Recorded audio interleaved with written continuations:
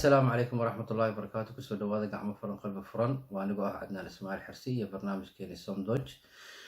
طبعا برنامج الصندوج مددر بيمكن تاقنا، لكن ان شاء الله يمكن بلوبنا مرلبات، لكن يسوقو وجه عصوبتا. طبعا برنامج كوري وحالي راها صندوج وحوها الفابيتكا يوتيوب كوكيريسي قيبت جي او ال ام وحالي راها قيبت جي او ال وحالي راها فيسبوك.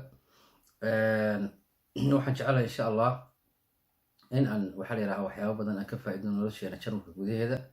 marka fikradda maanta taala waxa weeyaan barnaamij ku saabsan kelmadaha amba jumladaha waxa la yiraahdo nolosha maalmoodka ah waxa la yiraahdaa qofku uu waxa la yiraahdaa ku hadlo channelka gudihiisa hadduu xataa cid ka imanayso مثلا dowladaha kale si uu waxa la yiraahdaa easy ay ku noqoto inuu afdashka qof markuu la hadlayo waxa la yiraahdo ka faa'iido.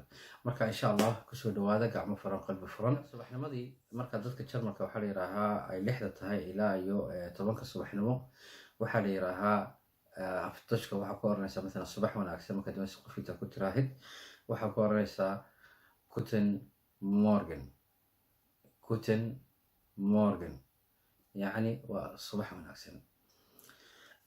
markay tahay duhurka 12 ilaa iyo waxa la yiraahdaa labada duhurnimo 12 ilaa iyo labada duhurnimo meelahaas waxa qofka ku oranaysa guten tag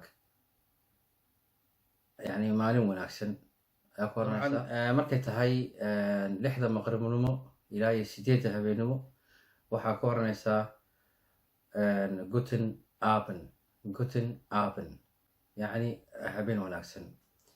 marka habeenkii la seexanayo amba qofku seexanayo waxa ku oranaysa guten Nacht.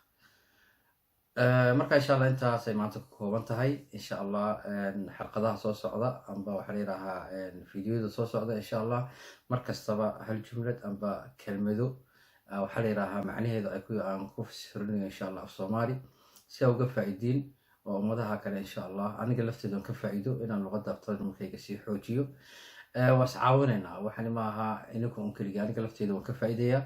marka insha Allah waa inoo iyo wiiga dambe wiig kastaba insha Allah hal fiideo ma soo duubaya oo ka faa'iideen insha Allah.